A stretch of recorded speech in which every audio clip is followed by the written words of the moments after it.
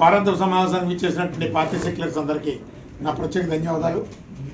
ఈరోజు పాలకుల పనితీరు ఎలా ఉందంటే, పాలకులు వాళ్ళ రాజకీయ పార్టీల కోసం పాలన సాగిస్తున్నారా, లేదు సమాజం కోసం పౌరుల కోసం సాగిస్తున్నారో అర్థం కానటువంటి పరిస్థితులు ఉన్నాయి. ఈరోజు రాష్ట్ర వ్యాప్తంగా పోలీసు వ్యవస్థ తీవ్రమైనటువంటి అవమానాలకు గురవుతుంది. ప్రతి వాళ్ళు నిరుత్సాహంతో ఉన్నారు. అసలు పోలీసు వ్యవస్థని ఎవరు భ్రష్టు పట్టిస్తున్నారు అనే దాని మీద చాలా ప్రశ్నార్థకంగా ఉంది. మన కంటికి కనబడేది పోలీస్ శాఖ ఉన్నతాధికారి, ఫర్ ఎగ్జాంపుల్ డీజీపీ, అలాగే స్థానికంగా జిల్లాలకి ఎస్పీ. కానీ వాళ్ళని ఎవరిని కూడా విధులు సక్రమంగా చేయనివ్వకుండా, వాళ్ళ ఉద్యోగాలు వాళ్ళని చేయనివ్వకుండా రాజకీయ ప్రలోభాలతో, వేధింపులతో వాళ్ళని మానసికంగా వేధిస్తూ చట్టాలని సొంత ప్రయోజనాల కోసం మార్చుకుంటున్నారు. ఈరోజు ఎవరి మీద ఏ కేసు కడుతున్నారో అర్థం కానిటువంటి పరిస్థితిలో ఉంది. న్యాయస్థానంలో కేసులు పోయినా పర్వాలేదు, వాళ్ళ యొక్క వ్యక్తిగత అవసరం తీరితే చాలు. ఇలాంటి పరిస్థితుల్లో చట్టాలని వినియోగించుకుంటే రేపు రుద్ర కాన్స్టిట్యూషన్కి అర్థం లేకుండా పోతుంది, చట్టాలకు విలువ లేకుండా పోతుంది, అలాగే పౌరుల అసంతృప్తి పెరిగిపోతుంది. దీని మూలంగా వ్యవస్థ చాలా ప్రమాదకరమైనటువంటి స్థితికి చేరుకునేటువంటి పరిస్థితిలో ఉంది. అలాగే ఏసీబీ శాఖ ఉంది. ఏ ప్రభుత్వ కార్యాలయం అయినా సరే డబ్బు ఇవ్వకుండా, లంచం ఇవ్వకుండా ఏ ప్రభుత్వ కార్యాలయంలోనైనా ఒక్క పని అవుతుందండి?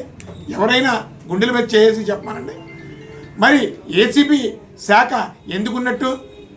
ఏసీబీ శాఖ మూలంగా అవినీతి నిర్మూలన సాధ్యం కాదు. డబ్బులు ఇస్తేనే కానీ ఏ పని ముట్టుకోరు. ఇలాంటి పరిస్థితుల్లో ఏసీబీ శాఖ ఉండే ఉపయోగం ఉంది. పైగా ప్రధానంగా రెండు శాఖల మీద ఏ సమాజంలోనూ సరే పౌరుల నుంచి వ్యతిరేకత వచ్చేది మొట్టమొదట పోలీస్ శాఖ, అవినీతి మీద కావచ్చు, వేధింపుల మీద కావచ్చు. అలాగే అదేవిధంగా రెవెన్యూ శాఖ.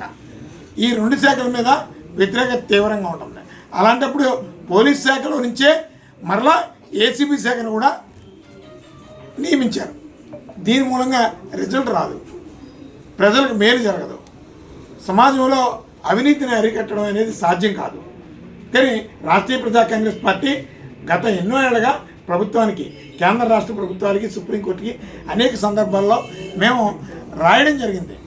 ఇన్వెస్టిగేషన్ సిస్టమ్ని పోలీస్ శాఖ నుంచి వేరు చేయండి. పోలీసు వారు కేవలం ఎఫ్ఐఆర్ వేసేటటువంటి అధికారం మాత్రమే ఉండాలి.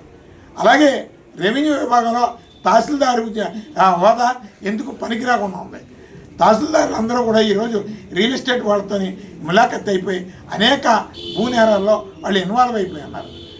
అలాగే ఏ రైతుకి రక్షణ లేదు, ఆస్తికి రక్షణ లేకుండా పోతుంది రెవెన్యూ వ్యవస్థ మూలంగా. అలాగే హక్కులకి, భద్రతకి, ప్రాణాలకి ముప్పు వచ్చేటటువంటిది పోలీసు వ్యవస్థ మూలంగా. ముందు మనిషి ఏ విధమైనటువంటి అన్యాయమైనా జరిగిపోనివ్వండి, తర్వాత కోర్టులు తేలుస్తాయో లేదో, కోర్టు నుంచి ఎలాగైనా తప్పించుకోవచ్చు అని ఈ ప్రభుత్వాలు నడుస్తున్నాయి. మన కంటికి కనబడుతున్నటువంటిది పోలీస్ యూనిఫామ్ వేసుకున్నటువంటి పోలీస్ కన్నా వాళ్ళని శాసించేటటువంటి ప్రభుత్వాలు చాలా ప్రమాదకరంగా మారుతున్నాయి. అందుకని రాష్ట్రీయ ప్రజా కాంగ్రెస్ పార్టీ నుంచి వెరీ క్లియర్గా చెప్తుంది, ఇన్వెస్టిగేషన్ సిస్టమ్ని సపరేట్గా ఒక అటానమీ కలిగినటువంటి ఒక ప్రత్యేక విభాగానికి అప్పచెప్పండి.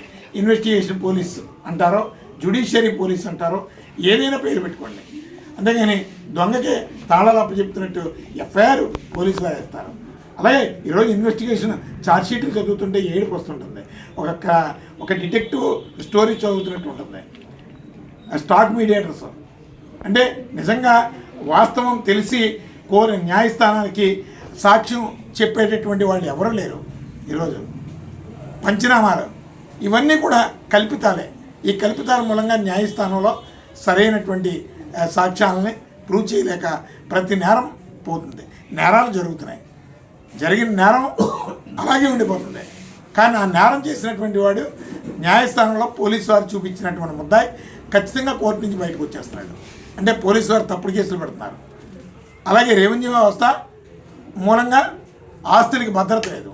ఈ రెండు వ్యవస్థల మూలంగా చాలా ప్రమాదకరమైనటువంటి పరిస్థితుల్లో వ్యవస్థ నడుస్తుంది. కానీ రాష్ట్రీయ ప్రజా కాంగ్రెస్ పార్టీ డీటెయిల్డ్గా ఒక నివేదికని ప్రభుత్వానికి పంపించడం జరిగింది. ఆ ప్రధాన అంశాలు ఏంటంటే, చాలా అంశాల్లో ప్రధాన అంశాలు తహసీల్దారు హోదా, ఆస్తులకు కానీ భూములకు కానీ ఏ ఉపయోగం లేదు. వాళ్ళు మోసం చేయాలనుకుంటే న్యాయస్థానం వాళ్ళు అడిగినటువంటి డిమాండ్ లంచం ఇస్తే ఆ హక్కుని ఇంప్లిమెంట్ చేస్తున్నారు. లేదు అంటే ఏదో ఒక లిటిగేషన్ పెట్టేసి వాళ్ళకు ఉన్నటువంటి అధికార దుర్వినియోగాన్ని రైతుల్ని అలాగే ఆస్తి హక్కుదారుల్ని మానసిక క్షోభకు గురి చేస్తున్నారు. ఇక పోలీసు వ్యవస్థ ఎలా ఉందంటే ఒక రాజకీయ నాయకుడు అనుకుంటే అమాయకుడి మీద కేసులు పెట్టేస్తున్నారు.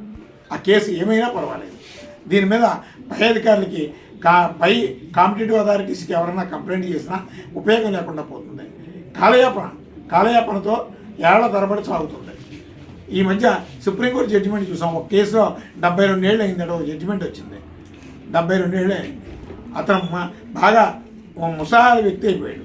అలాగే ఈ శ్రీకాకుళంలో ఒక జడ్జిమెంట్ వచ్చింది. 35 ఏళ్ళు అయింది. ఇలాంటి జడ్జిమెంట్లు, ఇలాంటి ఇన్వెస్టిగేషన్స్ వ్యవస్థలో ప్రజలు బ్రతకడానికి పనికొస్తాయా? సామాన్యుడు హక్కులు కాపాడుకోవడానికి పనికొస్తాయా? ఈ రాజకీయ నాయకుల మూలంగా ఈ వ్యవస్థ పూర్తిగా భ్రష్టు పట్టిపోతుంది. అందుకని రాష్ట్రీయ ప్రజా కాంగ్రెస్ పార్టీ నుంచి సమాన హక్కులు అమలు జరగాలి. ఈక్వటబుల్ సొసైటీ అనేది ఖచ్చితంగా ఈ దేశానికి ఈ సమాజానికి అవసరం. లేదంటే అంతర్యుద్ధం వచ్చేటటువంటి ప్రమాదం ఉంది. మనిషిలో తిరుగుబాటు తత్వం పెరిగేటటువంటి పరిస్థితులు తప్పుడు కేసులు పెట్టడం మూలంగా అనేక ఇబ్బందులు వస్తాయి. అందుకని ప్రభుత్వానికి రాష్ట్రీయ ప్రజా కాంగ్రెస్ పార్టీ నుంచి తెలియజేసేది చట్టాలను గౌరవించండి, చట్టపరమైనటువంటి పాలన సాగించండి. అదే నేరస్తులను శిక్షించే విధంగా ఒక కఠినమైనటువంటి ఇన్వెస్టిగేషన్ విధానాలని మీరు అలవాటు చేసుకోండి. ఇప్పుడు మీకు ప్రభుత్వాధికారులు ఎవరో కూడా అసలు వాళ్ళు విధులేంటో మర్చిపోయారు. రెవెన్యూ విధులేంటో వాళ్ళకి తెలీదు, లీగల్ పొజిషన్ తెలీదు. అలాగే పోలీసు వారికి లీగల్ పొజిషన్ తెలీదు. ఇష్టానుసారం ఇష్టం వచ్చినటువంటి అధికార దుర్వినియోగం అంతా నడుస్తుంది. ఈ పరిణామాలు మంచి పరిణామాలు కావాలని చెప్పి రాష్ట్రీయ ప్రజా కాంగ్రెస్ పార్టీ నుంచి ప్రభుత్వానికి తెలియజేస్తాం. ఇదే పద్ధతిలో కొనసాగిస్తే ఖచ్చితంగా ప్రజా వ్యతిరేకతని ప్రభుత్వం మూట కట్టుకోవాల్సి వస్తుందని చెప్పి ఈ సందర్భంగా రాష్ట్రీయ ప్రజా కాంగ్రెస్ పార్టీ ఎలాంటి మార్పులు మీరు ప్రభుత్వానికి సూచించారు?